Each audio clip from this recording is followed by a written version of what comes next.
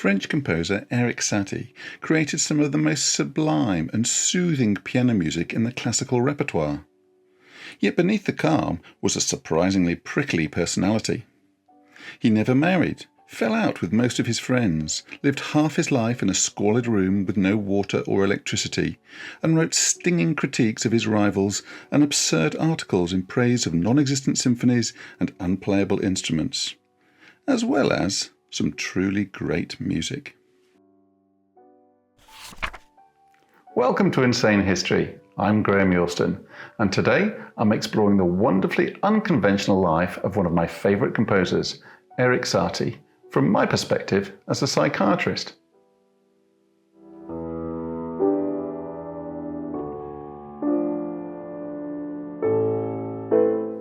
To find out if he was just a quirky eccentric lost in his own creative world, or whether there was something more to his enigmatic personality.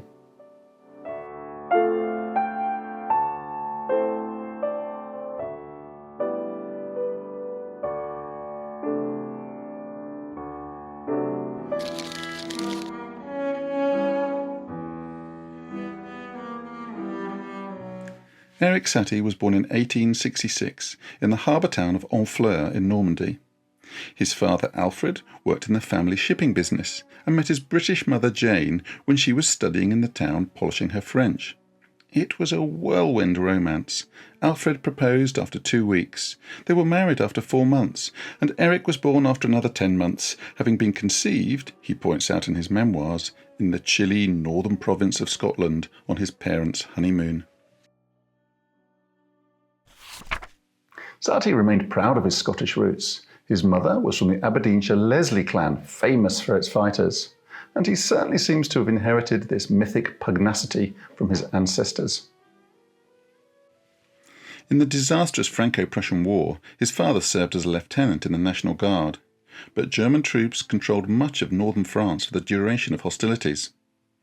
When things settled, Alfred moved the family to Paris to take up a post as a government translator for the newly formed Third Republic, as he spoke 7 languages. But shortly after the move, Erik's sister Diane died at just 4 months old, and when his mother followed a few weeks later, the grieving 6-year-old and his brother Conrad were sent back to Honfleur to be looked after by their grandparents. The two were inseparable, and Satie later likened their bond to that between Vincent and Theo van Gogh. Having originally been baptised by their mother as Anglicans, the boys were rebaptised as Catholics and sent to a local boarding school, where Satie excelled at history and Latin, but not much else.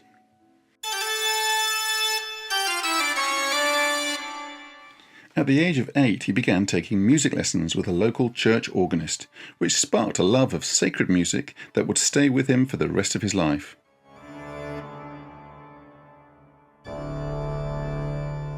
He also spent time with his eccentric uncle Adrien, known as Seabird, who would sit for hours and watch his boat, but rarely take it out for fear of damaging it. Adrien also introduced the boy to alcohol, something that would come to haunt him in adult life. When Erik was 12, his grandmother, an experienced swimmer, drowned in mysterious circumstances and was found washed up on the beach. So Erik and Conrad returned to Paris. They did not attend school, but their father took them to lectures at the Collège de France, the Sorbonne, and to the theatre and operettas, and hired a tutor to teach them at home. The following year, after another brief courtship, Alfred married piano teacher and salon composer Eugénie Barnech.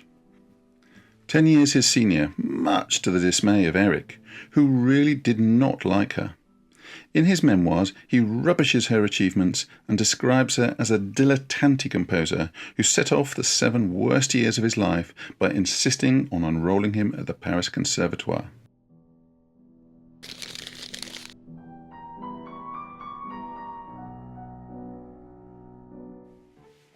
Eugénie wanted Erik to build on his early promise and have a career in music. So, at the age of 13, she pushed him into the preparatory piano class at the Paris Conservatoire, the prestigious but very conservative French musical academy. Young Erik hated his time there, describing the institution as a vast, very uncomfortable and rather ugly building, a sort of district prison with no beauty on the inside nor on the outside. He studied piano with Émile Decombe, who had been one of the last pupils of Frédéric Chopin. But he did not excel, being described as gifted but indolent, and the laziest student in the Conservatoire. After 3 years, his teachers had had enough, and he was asked to leave. At the same time, his father suddenly changed career, opening a stationery store which also sold sheet music. He then diversified into publishing music, including his wife's and his own compositions. In his memoirs, Satie, never one to hold back, makes the withering comment that the pictures on the covers of their songs were often more impressive than the music inside. At the age of 18, Satie wrote his first known composition, a short allegro for piano, written while on holiday in Honfleur, which he signed Erik with a K, in homage to his Viking ancestors, and he would retain this spelling for the rest of his life.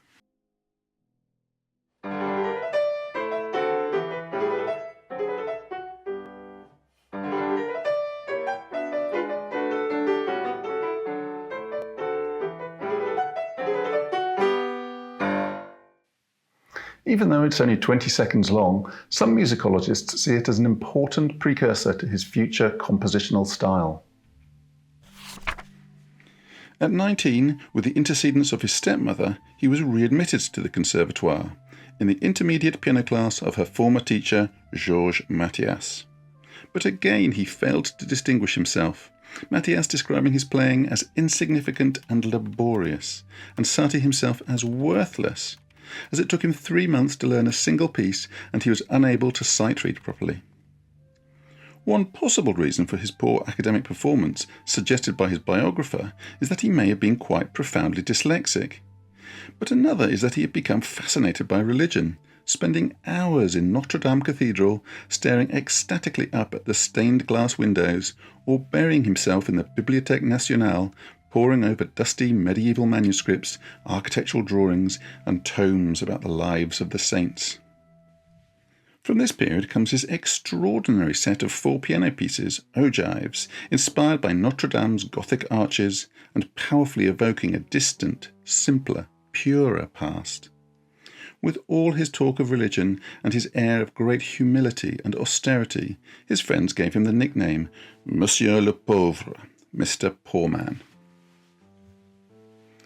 In order to escape the constricting life of the Conservatoire, Satie volunteered for military service and joined the 33rd Infantry Regiment in Arras in November 1886. This was not without risk, as tensions in Indochina, modern-day Vietnam, were running high, and recruits could be sent almost anywhere in the world to police the French overseas empire.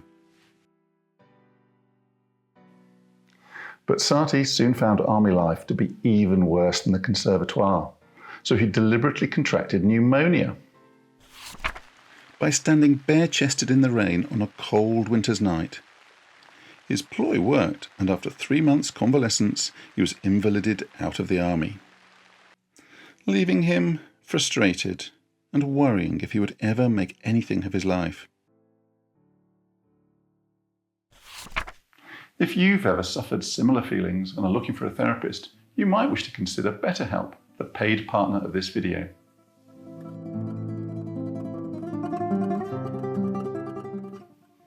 As a psychiatrist who has been working with patients for over 30 years, I know from research and my own clinical experience just how important psychological therapy is in helping people with all kinds of mental health problems regain their equilibrium and move towards recovery.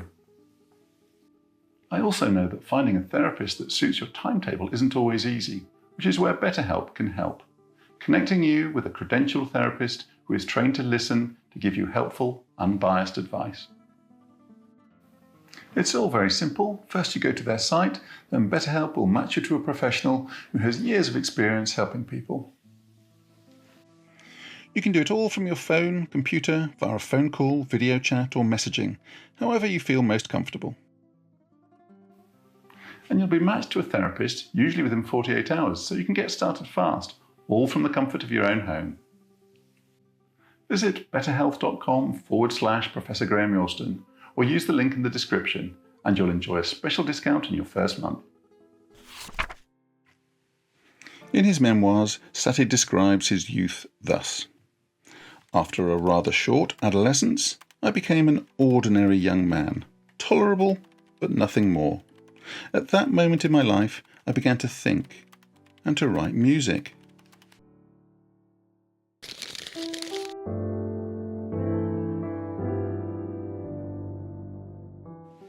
His relationship with his father was becoming somewhat strained, but in 1887, at the age of 21, his father gave him 1,600 francs, or around $10,000 in modern terms, to set himself up in his own lodgings in the fashionable 9th arrondissement, a district of cafes and theatres and thinkers.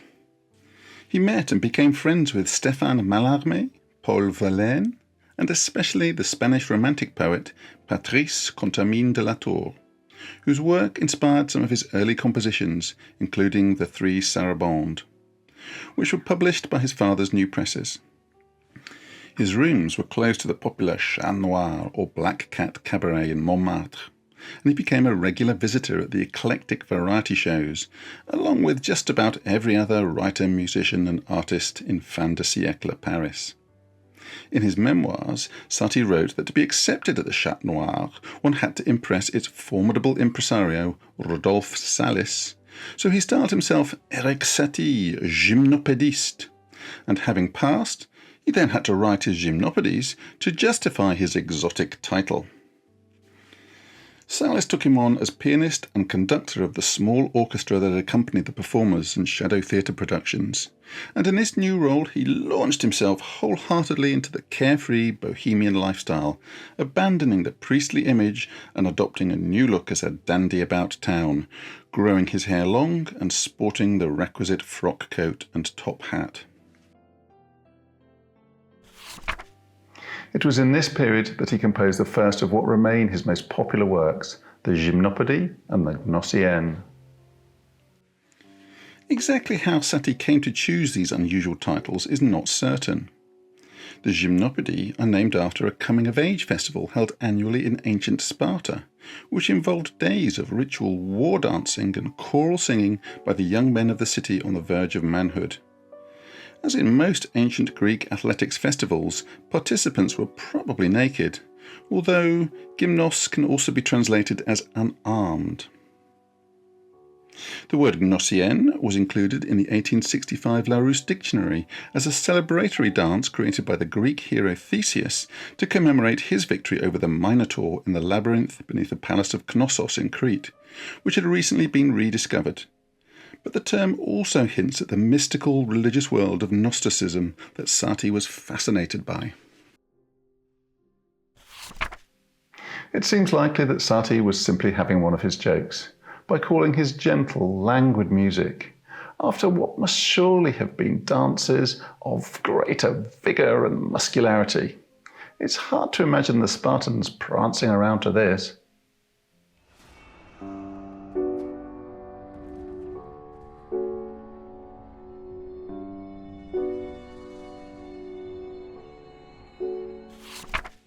The lifestyle he was now enjoying did not come cheap, and his friend Latour tells how his furniture disappeared piece by piece as his capital dwindled.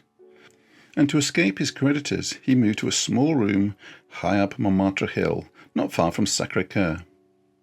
The pair of them often had days of not eating, although there were never days of not drinking, and they were so poor they shared a pair of trousers and shoes, taking turns to wear them and constantly having to get them patched up.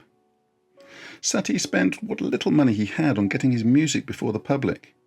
In 1889 he advertised the publication of his ogives, composed 3 years earlier, in the journal Le Chat Noir. I, the indefatigable Erik Satie, the Sphinx man, the composer with the wooden head, announced the appearance of a new musical work, a suite of melodies in the mystico-liturgical genre that I idolize.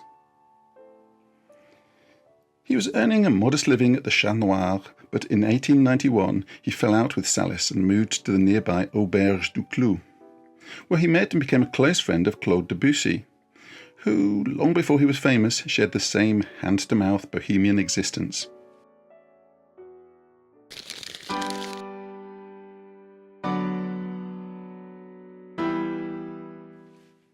Also at the Auberge du Clou, Satie encountered the charismatic and free-thinking novelist Josephin Péladan, who had just established the Ordre de la Rose Croix Catholique du Temple et du Graal, or the Rosicrucian Catholic Order of the Grail Temple, an organisation with which he hoped to bring together mystical religious ideas, the arts, and the Catholic Church. The order was critical of materialism and the stodgy bourgeois world of the arts, and sought to promote greater spirituality in literature, music, and painting. All of this appealed to Satie, and he soon found himself appointed official composer, which gave him the freedom to continue experimenting to try to achieve purity and simplicity in his music, in contrast to the lush romanticism of Wagner that dominated the European musical landscape. Péladan, who by this time was going by the name of Sar Merodach after the Babylonian god Marduk, organised a series of exhibitions of symbolist and avant-garde painters, writers and musicians, known as the Salon de la Rose Croix, at the fashionable Galerie Durand-Ruel. The exhibition of 1892 provided Satie with his first public hearings. 22,000 visitors were greeted by his sonnerie, and in the evenings there were performances of Péladan's Wagnerian play set in ancient Chaldea or Babylon, Les Fils des Étoiles, the Son of the Stars, which had preludes and incidental music by Satie originally for harps and flutes. This ethereal music uses unresolved 7th and 9th chords and creates a sound world that had a major influence on subsequent musical development in the 20th century. According to the newspaper Le Figaro, the Salon was the cultural event of the year. At the same time, Satie was also working on non-Rosicrucian projects, the Prelude of Eginard, an 8th century Frankish scholar at the court of Charlemagne, who fell in love with his daughter, and other preludes. And unlike Péladan, Satie was keen to move away from the Wagnerian influence, insisting that France should have its own music, without sauerkraut if possible. And probably as a dig at Péladan's hero worship, he announced the premiere of a new anti-Wagnerian opera, Le Bâtard de Tristan, which of course never existed. He then went further, collaborating with Latour on Uspud, a so-called Christian ballet in 3 acts, a mystical farce which parodies Péladan's works. When he submitted it to the director of the Paris Opera, he didn't even get a response. So Satie then challenged him to a duel to get a hearing, and he was able to claim later it had been presented at the incredibly grand theatre, the ultimate measure of success for a French composer. But in reality, its only performances were at the Auberge du Clou, with shadow puppets rather than the top dancers of the day. He attempted several times, always unsuccessfully, to get elected to the Académie des Beaux-Arts, his candidacy being opposed by Maurice Ravel, amongst others, who described him as a complete lunatic who has never done anything. When Péladan fell out and excommunicated his main financial backer, the aristocratic painter Comte Antoine de Rochefoucauld, Satie distanced himself and withdrew from the order. But he remained fascinated by the esoteric, and he founded his own church, the Metropolitan Church of Art of Jesus the Conductor, and appointed himself treasurer, high priest, and chapel master. It has been suggested that the Église was nothing more than a farce, an elaborate parody of Péladan's creations. However, Satie expended a lot of time and money on creating a cartulary, just like the ones from real abbeys, which described its structure, hierarchy, and organisation in incredible detail, even down to the robes the various dignitaries of the church would wear, and he used up a significant chunk of an inheritance he received at this time to finance it all. He declared that his church would have no more than 1,608,040,290 members. Very precise. In reality, the number did not exceed 2, Satie and Latour. He also founded 4 other religious orders and described each of them in great detail. From his one-room abbey in the Rue Courteau, he published scathing attacks on his artistic rivals, evildoers speculating on human corruption, and excommunicated them from the church they were not members of and probably knew nothing about. If farce it was a very labour-intensive one that he persisted with for 3 years, until he suddenly lost all interest and abandoned it. But he wasn't entirely lost in a fantasy world. It was during this period that Satie had his one and only love affair, a 5-month passionate romance with the painter Suzanne Valadon.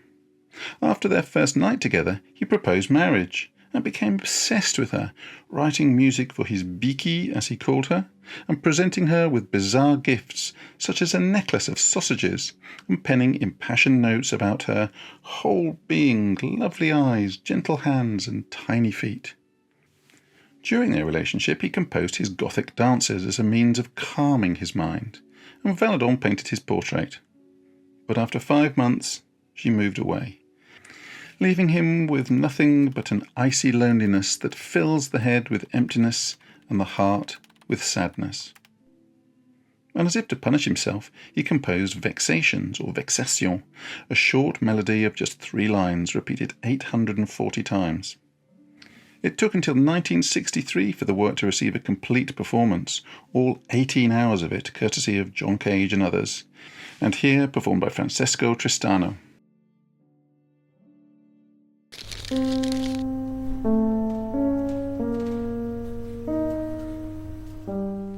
In 1895 he made another of his reinventions.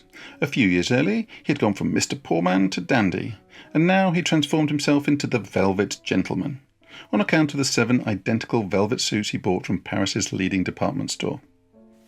In 1897 Debussy orchestrated his first and third Gymnopédie, and they were performed at a concert, but Debussy got more credit for supposedly improving his works than Satie did for writing them.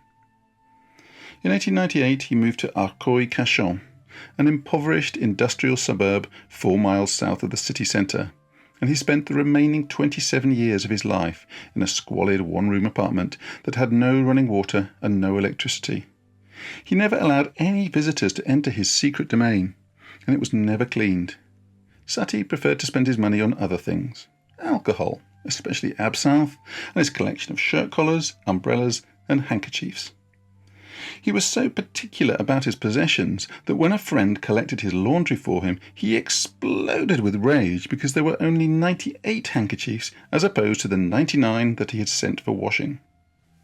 His daily routine consisted of him walking into central Paris to attend concerts and galleries and meet fellow musicians, artists and writers in the cafés of Montmartre before walking the 4 miles back to his isolated room. And because his perambulations were not through the most salubrious parts of the city, he took to carrying a hammer with him for his own protection, a habit he continued for the rest of his life, even as his celebrity grew in his later years. He continued his friendship with Claude Debussy and was a witness at his wedding in 1899. But as Debussy and Ravel started to gain popularity and critical acclaim for their work, as well as financial rewards, Satie remained sidelined and had to try and make a living from arranging cabaret songs and accompanying performers. In his later years, Satie rejected all his cabaret music as vile and against his nature. The premiere of Debussy's opera Pelléas and Mélisande in 1902, one of the defining moments in French classical music, brought a change in the way Satie viewed his own music.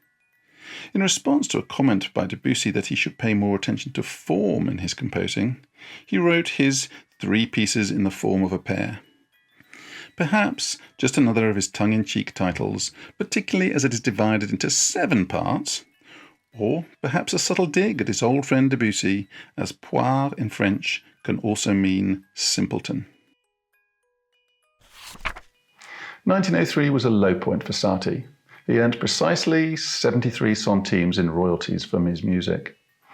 Barely enough even to buy a glass of absinthe with which to drown his sorrows.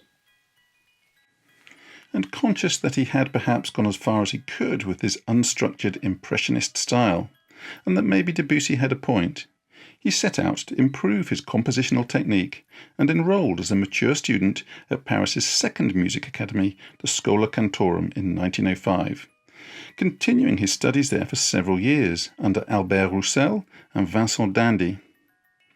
He wrote no major works during this period, but seems to have been rather more conscientious than he was at the Conservatoire, and he eventually graduated top of his class.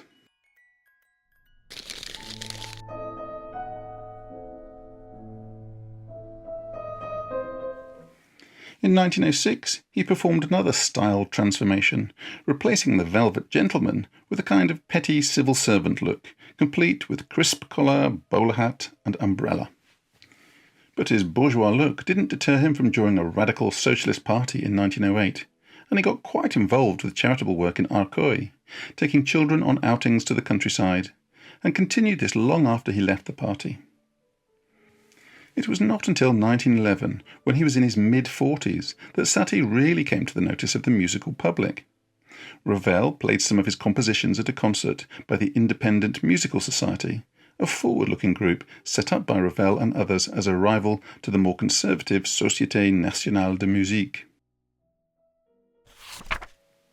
Suddenly, he was seen as the trailblazer of the musical revolution overtaking the old guard, and he became a focus for young composers. The press began to write about his music, and a leading pianist, Ricardo Viñes, took him up and gave celebrated performances of his works. At first, Satie enjoyed the attention of les jeunes, or the young ones, the circle around Ravel. But when their popularity started to eclipse his own, or they disagreed with him about something, he gradually distanced himself. Then, another group became interested in him, known at first as the New Young Ones, and later as Les Six, the Six, Georges Aurec, Louis Duret, Arthur Honegger, Germaine Taillefer, Francis Poulenc, and Darius Milhaud.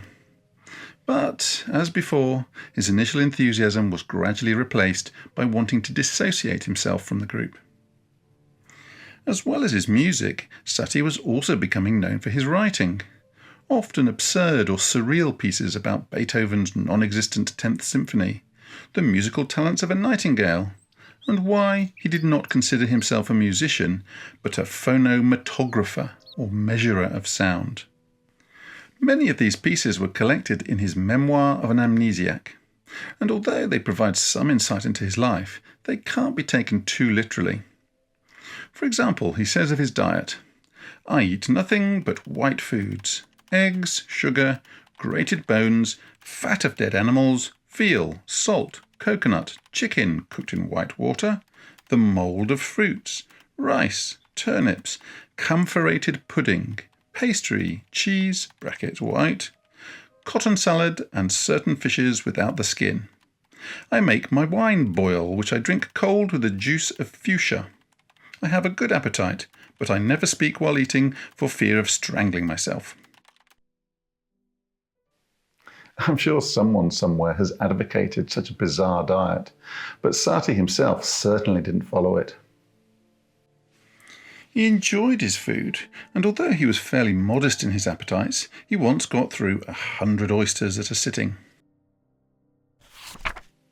The same applies to the precise schedule of daily acts he lists in the same article. My rising at 7:18. Inspired from 10:23 to 11:47. I lunch at 12:11 and leave the table at 12:14. Salutary promenade on horseback within the grounds of my park from 13:19 to 14:53. Another inspiration from 15:12 to 16:07. Diverse occupations, fencing, reflections, immobility, visits, contemplation, dexterity, swimming, etc., from 16:21 to 18:47. Dinner is served at 19:16 and terminated at 19:20. Coming to the symphonic readings aloud from 20:09 to 21:59. My bedtime is regularly at 22:37, daily awakening with a start at 3:19 (Tuesdays). Needless to say, the eternally impoverished Satie did not have a postprandial promenade on horseback in the grounds of his park. The start of the First World War in 1914 curtailed music making in France to some extent, and Satie signed up as a corporal in the Home Guard. But when Jean Cocteau heard Vignès and Satie perform in 1915, he commissioned the ballet Parade, premiered in 1917 by Diaghilev's Ballet Russe, with sets and costumes by Pablo Picasso and choreography by Leonid Massine. It was one of the most radical artistic collaborations ever, with Satie's jazz rhythms and surreal instrumentation, including parts for typewriters, whistles and sirens, and Picasso's cubist designs, almost caused a riot, with half the audience booing and hissing, and the other half cheering with delight. When music critic Jean Pouet slated the piece in a review, Satie wrote him a postcard, calling him a coup or arse, and moreover, a coup without music.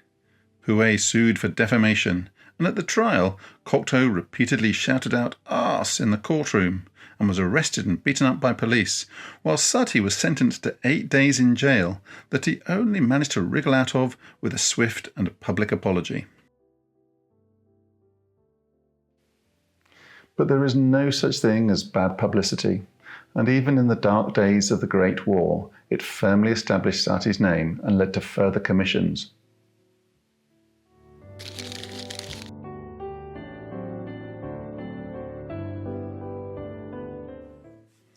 In addition to turning against Ravel, Auric and Poulenc in particular, Satie quarrelled with his old friend Debussy in 1917, even though by then he was very ill with colon cancer.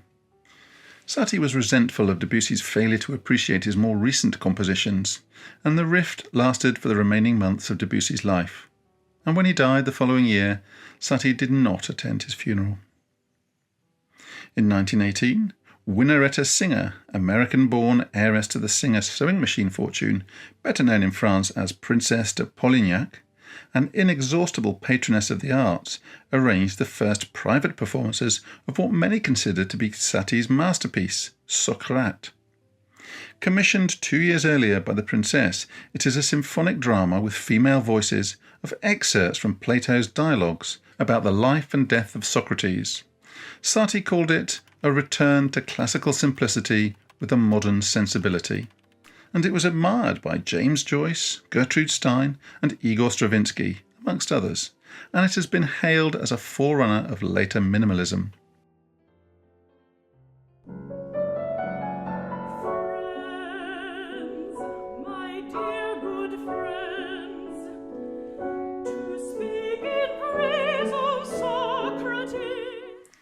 There was now enough interest in his work around the world for a tour of the United States to be planned. But through lack of funds, it never really got off the ground. In the 1920s, he became the focal point of another set of young composers known as the Arcoy School. And once again he enjoyed being at the heart of a group of young rebels. And he continued writing articles for the Revue Musicale, L'Esprit Nouveau, Dadaist publications, and at least 25 other journals, including Vanity Fair and the Transatlantic Review. And, as he often contributed anonymously, there may well have been many more that we don't know about. In 1920, a festival of Satie's music was held at the Salle Erard.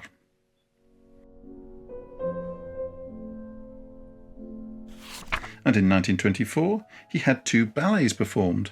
The first, Mercure, or The Adventures of Mercury, with choreography by Messine and designs by Picasso, but no involvement of his parade collaborator Jean Cocteau, with whom he had fallen out, accusing him of corrupting the morals of his one-time protégés Auric and Poulenc. He had written an article describing their recent work as lots of syrupy things, buckets of musical lemonade. And in the first performance of his new ballet, their supporters wanted revenge. As the curtains lifted, there was riotous booing and jeering, which descended into fisticuffs between the rival factions, and the police had to be called in to separate them. His second ballet, Relâche or Cancelled, was a collaboration with the Dadaist painter Francis Picabia, choreographer Jean Berlin, and surrealist filmmaker René Clair, who produced a short film featuring Satie, which was shown between acts.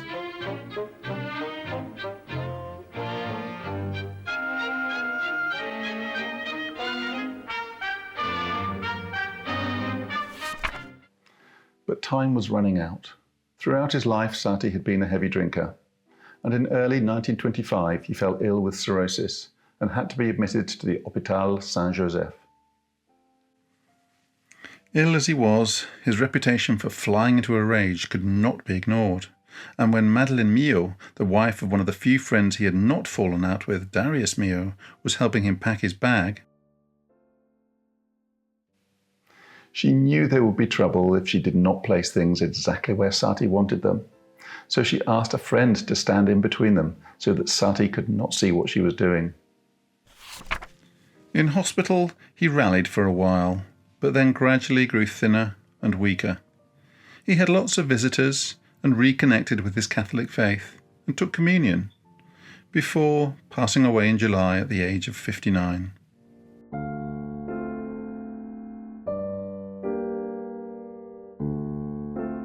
His last words were, the cows. He was buried in a simple ceremony in the cemetery of Arcueil. Many of those he had fallen out with were in attendance, but the largest wreath was from the tenants, the poor people of Arcueil, who must have loved their eccentric celebrity. After his death, his brother Conrad discovered his room was almost completely devoid of furniture, containing only a wretched bed, a single chair, a table covered with all sorts of unlikely objects, a cupboard with a store of unused velvet suits, and a piano. Completely out of tune with the pedals tied on with string. There were piles of unopened correspondence, and behind the piano a number of unpublished scores he thought he'd lost. Amongst the accumulated clutter were dozens of umbrellas, hats and shirt collars, and a cigar box containing thousands of his quirky drawings with extravagant descriptions of enchanted scenes at the time of the Emperor Charlemagne. It seemed incredible that Satie, who always appeared meticulously dressed, could live in such conditions. His reputation suffered after his death. He was described as an original but ineffectual musician, and a preposterous eccentric. But the efforts of his friends kept his memory and music alive, just, until his work began to be re-evaluated in the 1960s and onwards, and he was recognised for his genuinely original, not at all like anybody else, mind.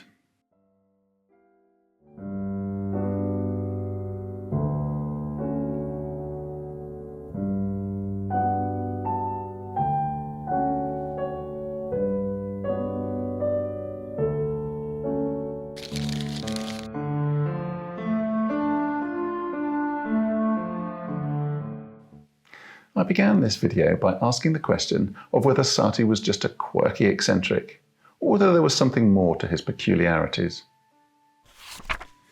He was certainly the oddest person I have ever known, but the most rare and consistently witty person too, wrote Stravinsky. And despite being involved with some of the greatest modernist artists of his era, Satie was completely uninterested in new technology.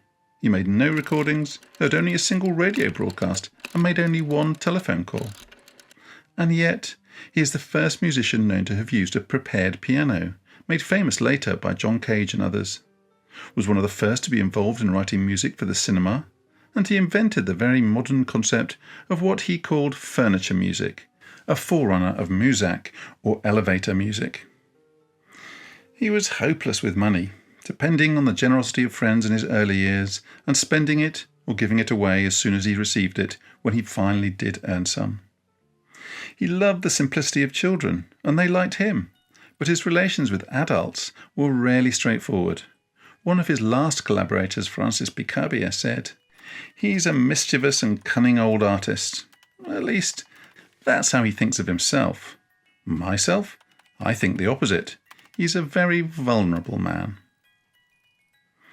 His eccentric nature was certainly recognised in his lifetime, and he was dismissed as an oddball for years, achieving fame only in his 40s, when he was acclaimed by a new generation of composers and hailed as a pioneer of modern music.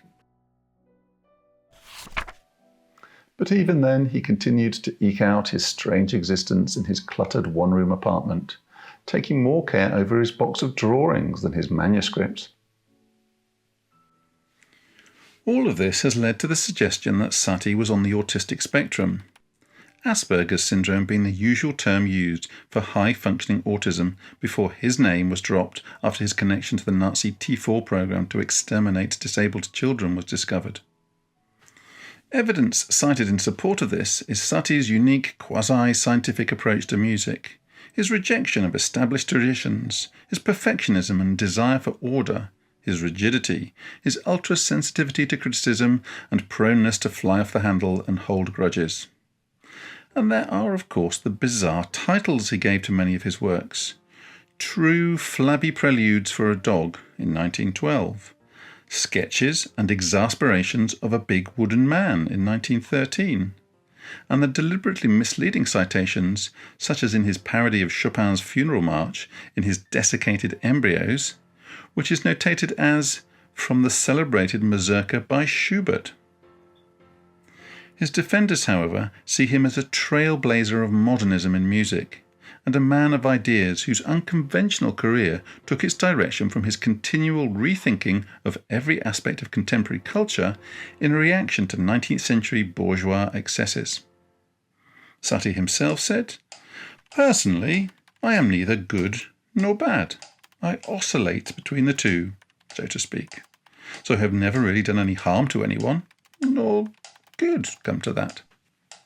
From the beginning, Satie dismissed the dominant Austro-German and especially Wagnerian trend in music, and his attempt to create a lighter French idiom influenced Debussy, Ravel and Poulenc, and paved the way for more avant-garde composers later in the century, such as John Cage. He was also involved with several artistic movements, including Cubism, Dadaism and Surrealism, and friends with Maurice Utrillo, Odilon Redon, Pablo Picasso, Georges Braque, Raoul Dufy, René Magritte, and not forgetting his dearest Bicky, Suzanne Valadon. One of the many artists he was close to, Man Ray, said that Satie was the only musician who had eyes.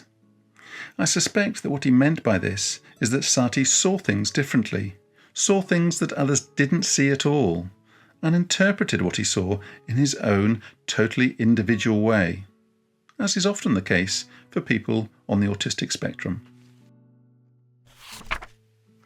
There is always a risk in trying to apply 21st century medical labels to historical figures, and those that attempt it, like me and others, are often criticised. But I believe there is value in thinking about whether Satie would be considered autistic if he presented for assessment today.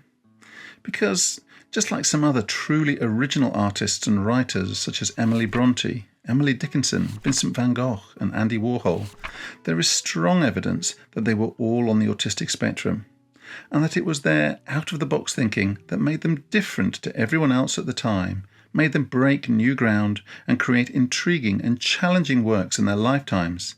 And it is their unique way of seeing the world that continues to make their work fresh and relevant today. And it might just help people today understand that being different isn't necessarily a bad thing.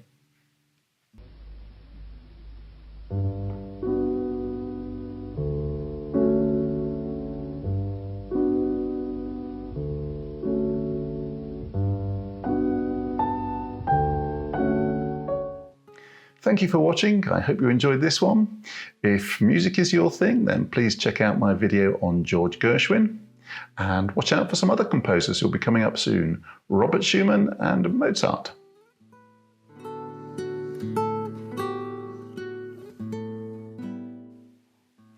If you want to find out more about the fascinating Erik Satie, then I enjoyed the brief biography by Mary Davis, but the most authoritative English language biography is by Robert Orledge.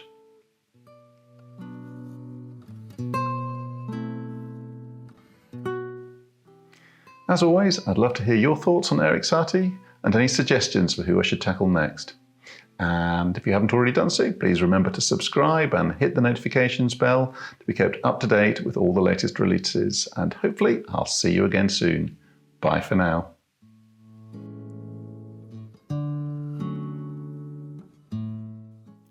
And yes, I am going to have a go at playing the piano.